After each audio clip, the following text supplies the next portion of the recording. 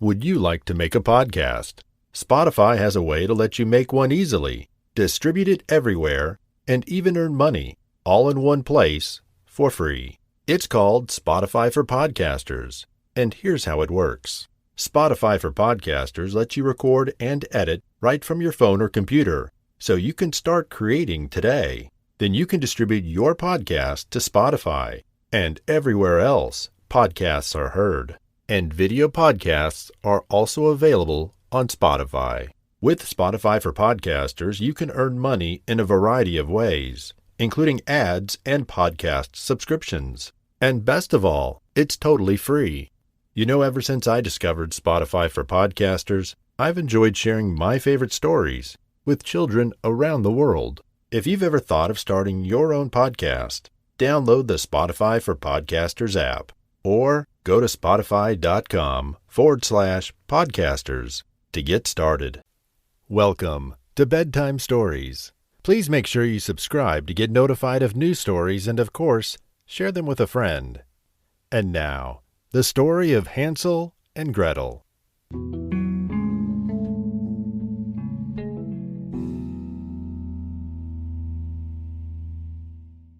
Once upon a time, there were two children named Hansel and Gretel. They lived in a small cottage at the edge of the forest with their father and stepmother. Hansel and Gretel's father was a woodcutter. He was very poor, and the family didn't have much food to eat. The day came when there was hardly any food left at all. "What are we to do?" cried the father.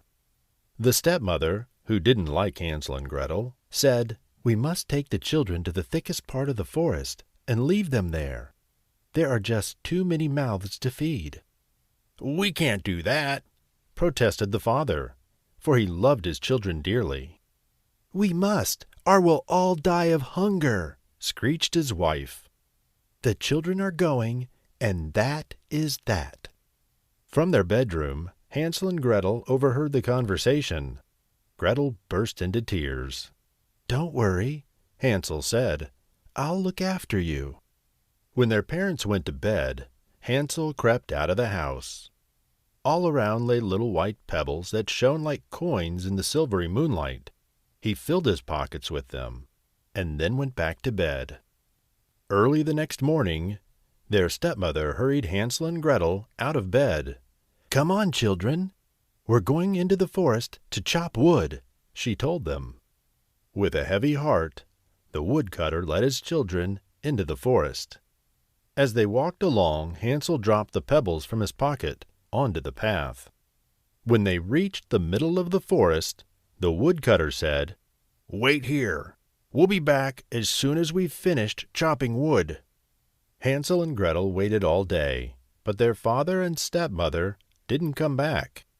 Soon it was getting dark among the thick trees. Gretel was frightened. "We'll find our way home," Hansel said to his sister.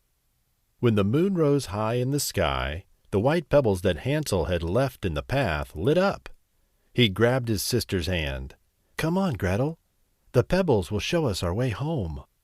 When Hansel and Gretel returned, the woodcutter was relieved to see his children again, but their stepmother was furious. Before long, the woodcutter and his family had very little food again. "Tomorrow we take the children deeper into the forest. They must not find their way home," the stepmother cried. This time, as they were led deep into the forest, Hansel left a trail of breadcrumbs. When their parents didn't return from chopping wood, Hansel said, "We'll follow the breadcrumbs I dropped on the path. They will lead us home." But when the moon came up, Hansel and Gretel couldn't see any crumbs. "The birds must have eaten them all," whispered Hansel. Frightened and hungry, Hansel and Gretel curled up under a tree and went to sleep, waiting anxiously for daylight. The next morning they wandered through the forest. After a while they came to a clearing and a little cottage. "Hansel, look!" cried Gretel. "The cottage! It's made out of candy and gingerbread." The children were so hungry, they grabbed some of the candy from the walls of the house. Just then, the door opened, and an old woman hobbled out. "Come in, children," she said, smiling. "I've got plenty more food in here."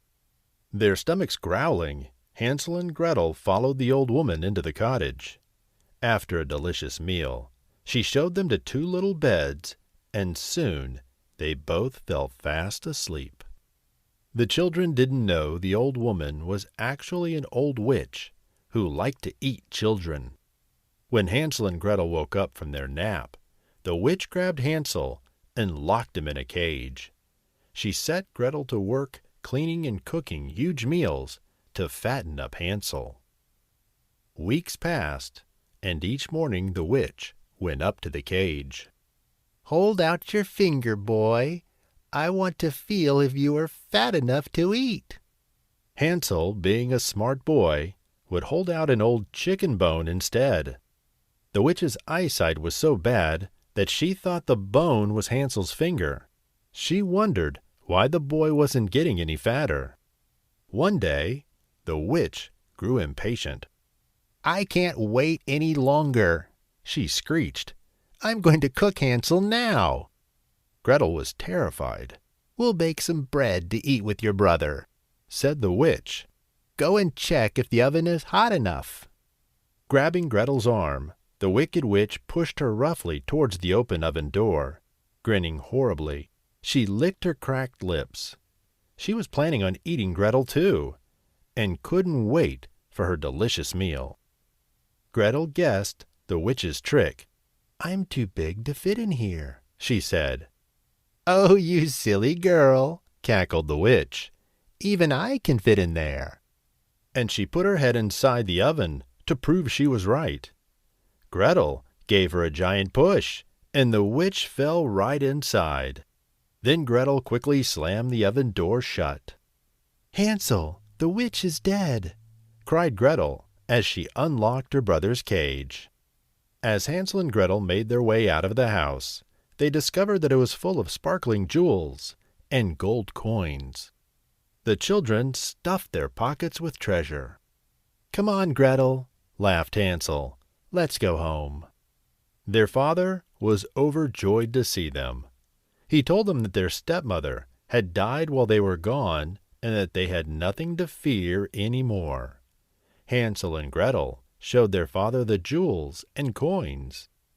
And from then on, the woodcutter and his children were never hungry again.